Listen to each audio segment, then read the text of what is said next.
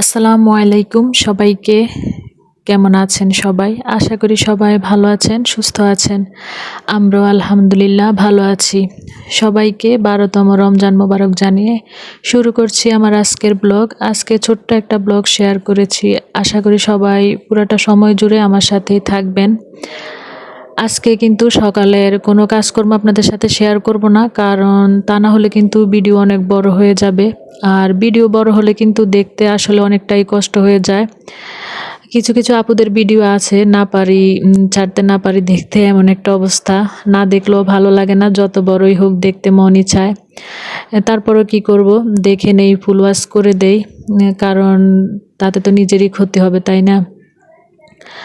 আবার এদিক দিয়ে যখন আর কি এই বাজারগুলো নিয়ে আসছিল, তো আমি কিন্তু আমার হাজব্যান্ডের সাথে একটু রাগারাগি করলাম, কারণ এখানে অনেক আইটেমের ফল নিয়ে আসছিল, তারপরে সবজি, মাছ, মানে সবগুলা বাজারই একসাথে নিয়ে আসছে। আর বাজার গোছানো যে কতটা কষ্ট, এটা তো আমাদের মতো যারা হাউসওয়াইফ আছে তারা তো খুব ভালোই জানে। আর বাজারগুলো যদি সকালবেলা নিয়ে আসতো তাহলে আমার এত একটা কষ্ট হতো না, যেহেতু ইফতারের প্রায় 2 ঘন্টা আগে হয়তো 4টার দিকে আর কি নিয়ে আসছিল। তো এখন আমি কি ইফতারি তৈরি করব নাকি এগুলো আর কি গুছিয়ে রাখবো, সেটাই আর কি ভাবতেছিলাম। তো আশা ছিল সবগুলা বাজার সুন্দর করে আর কি সাজিয়ে আপনাদের সাথে শেয়ার করব, কিন্তু তার হয়ে উঠলো না, কারণ হঠাৎ একটা ফোন আসছে। ফোনের কারণে আর কি আমার একটু বের হতে হলো আর কি। তো তখন বাইর হওয়ার পর যখন আর কি বাসায় আসছিলাম, তখন প্রায় 1 ঘন্টার মতো সময় আর কি হাতে ছিল। তো আমার হাজব্যান্ড বললো আর কি, তুমি এগুলা গুছিয়ে নাও, আমি আর কি রান্নাটা করি। আর আজকে ইফতারের কোনো আয়োজন করতে হবে না, যেহেতু ফল ফ্রুট আছে, শরবত আছে, আর ভাত খেয়ে নিবে আর কি সবাই। তো উনি বললো যে যেহেতু মুরগির মাংস নিয়ে আসছে, উনি আর কি মুরগির মাংসটা রান্না করবে। তো উনি এদিক দিয়ে রান্না করেছিল, আমি আর কি একটা একটা করে সবগুলো আর কি গুছিয়ে নিচ্ছিলাম। যেহেতু মাছ নিয়ে আসছিল আর কি, তো এগুলাকে ডঙ্কুশ মাছ বলে মনে হয়, আমার এই মুহূর্তে আসলে মনে আসতেছে না। তো ডঙ্কুশ মাছ নিয়ে আসছিল আর বেলে মাছ। তো ভাবলাম মাছগুলো আর কি উপর দিয়ে কিন্তু কয়েকটা তাজা মাছ দিয়েছে, আর ভিতরে যে মাছগুলা ছিল ওইগুলো আর কি পেটটা আর কি একটু নরম। তো ভাবলাম মাছগুলো আগে যদি এখন কেটে না নেই তাহলে কিন্তু এগুলো নেওয়া যাবে না।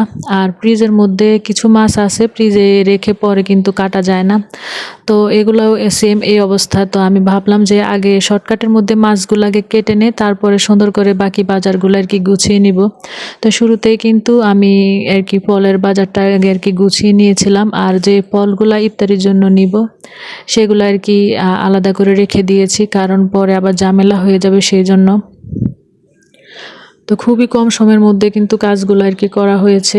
তো এদিক দিয়ে এই যে মাছগুলোর কথা আমি বললাম, উপর দিক দিয়ে কয়টা মাছ আর কি তাজা, আর ভিতরের দিক দিয়ে মাছগুলো একেবারেই নষ্ট ছিল, মানে আর কি পেটটা আর কি একটু নরম ছিল। ফল ফ্রুট তো নিয়ে আসছে, আর অনেকগুলা বাঙ্গি নিয়ে আসছে, তার জন্য কিন্তু রাগারাগি করলাম। বাঙ্গি কিন্তু ভালো থাকে না বেশি দিন, আর ফ্রিজের মধ্যে রাখলে দেখবেন যে পুরা আর কি ফ্রিজটা একেবারে বাঙ্গির গন্ধে একেবারে বিশ্রী অবস্থা হয়ে যায় আর কি। আর জিরা শেষ হয়ে গিয়েছিল, তো জিরার কথা বলেছিলাম। আর দেখেন রোজার মধ্যে কি করলা খাওয়া যায় জানি না, করলা নিয়ে আসছে, কি যে করে বুঝি না, এমন একটা অবস্থা আর কি। তো যাই হোক, ওনাকে একটা একটা করে আর কি ভাজি করে দিব। আর বাচ্চারা, আমি তো খাই না করলা, আমার শাশুড়ি আর আমার হাজব্যান্ড আর কি খায়। তো এদিক দিয়ে কিন্তু অফ ক্যামেরায় আমি আর কি মাছগুলা কেটে ধুয়ে একবারে পরিষ্কার করে নিয়েছি। তো মুরগিটা ভাবলাম পরে আর কি ধুয়ে নিব। আর এদিক দিয়ে আলু নিয়ে আসছিল, তো আলুগুলো আজকে ধোয়ার টাইম নেই, এইভাবে আর কি রেখে দেব। তো মোট কথা যে বাজারগুলো আছে সবগুলো এইভাবে এখন রেখে দেব, পরে আর কি সময় সুযোগ মতো আর কি গুছিয়ে রাখবো। আর খিরাইগুলোর মধ্যে একটু পানি ছিল, তো ভাবলাম ঢেলে রাখি, যদি পানিটা শুকায় তারপর আর কি ফ্রিজে রেখে দেব। আর কলার এত পরিমাণ দাম কি বলবো, এর আগে 2-3 বার কলা নিয়ে আসছিল 70 টাকা হালি করে আর কি। তো কি আর করার, খেতে তো হবে। আর ভোর রাত্রে দুধ কলা দিয়ে না খেলে আমার কাছে তো রোজা থাকা একেবারেই কষ্ট হয়ে যায়। তো আমার মতো কে ভোর রাতে এরকম দুধ কলা দিয়ে ভাত খান, অবশ্যই কমেন্টের মাধ্যমে জানাবেন। তরকারি দিয়ে আমি খেতেই পারি না, দেখা গেছে যে দুধ আর এই কলাটা দিয়ে আর কি ভাত খেয়ে থাকি। আর যদি আমের সিজন থাকে তাহলে আম দুধ দিয়ে আর কি খেয়ে থাকি। সব বাজার যদি একসাথে আর কি গুছিয়ে করতে পারতাম, আপনাদের সাথে শেয়ার করতে পারতাম, তাহলে হয়তো একটু ভালো লাগতো। কিছু করার ছিল না, কারণ ইফতারির সময় প্রায় চলে মানে সময় হয়ে আসছিল। এদিক দিয়ে টমেটো কিন্তু আমি নিয়ে আসতে না করেছিলাম, যেহেতু আমার বাগানে টমেটো আছে। তারপরও আর কি টমেটো নিয়ে আসছিল। মানে উনি হচ্ছে যে বাজারই করুক, উনি কিন্তু আমাকে জিজ্ঞেস করবে না যে কি লাগবে না লাগবে। ওনার মন যেটা চায় উনি কিন্তু সেটাই নিয়ে আসে। তো যাই হোক, নিয়ে আসছে, এখন তো আর কাজে লাগাতেই হবে। এদিক দিয়ে ডিমও নিয়ে আসছিল, তো ডিমও আর কি বের করে আমি রেখে দিয়েছি। এগুলো আর কি এই যে এভাবে এখন রেখে দিয়েছি। তারপর আর কি মাছগুলা যেহেতু নরম হয়ে যাবে, তো মাছগুলো আমি বক্সে করে তারপর আর কি ডিপ ফ্রিজে রেখে দিলাম। তো যে যেখান থেকে আমার ভিডিওটি দেখছেন, যদি আমার ভিডিওর কোনো অংশ আপনাদের কাছে ভালো লেগে থাকে বা কোনো কাজ আপনাদের কাছে ভালো লেগে থাকে, প্লিজ একটা লাইক দিয়ে দিবেন। আর আমার চ্যানেলে যদি আপনি নতুন হয়ে থাকেন, সাবস্ক্রাইব করে আমার পাশেই থেকে যেতে পারেন। এদিক দিয়ে আমি আর কি মুরগিটা যদি ধুয়ে দেয়, তারপর আর কি আমার হাজব্যান্ড আর কি রান্না করবে, আমি আর কি অন্য কাজগুলো করে নেব। আর আমার মুরগির মাংস আর মাছ আর কি পরিষ্কার করতে অনেকটা বেশি আর কি সময় লেগে যায়। তারপরও যতটা আর কি কম সময়ের মধ্যে পরিষ্কার করে নিয়েছি। আর এগুলা কিন্তু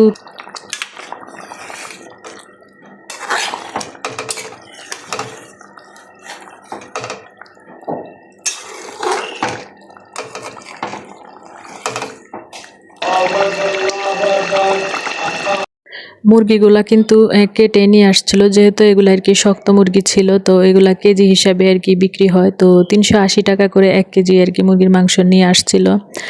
তো যাই হোক, উনি এদিক দিয়ে রান্না বসিয়ে দিয়ে কিন্তু নামাজ পড়তে গিয়েছিল। আমি এদিক দিয়ে আর কি সালাদটা তৈরি করে নিলাম, যেহেতু শুধু একটা আইটেমে রান্না করা হয়েছে, তাই আর কি একটু সালাদ করে নিলাম, সাথে খেতে আর কি ভালো লাগবে।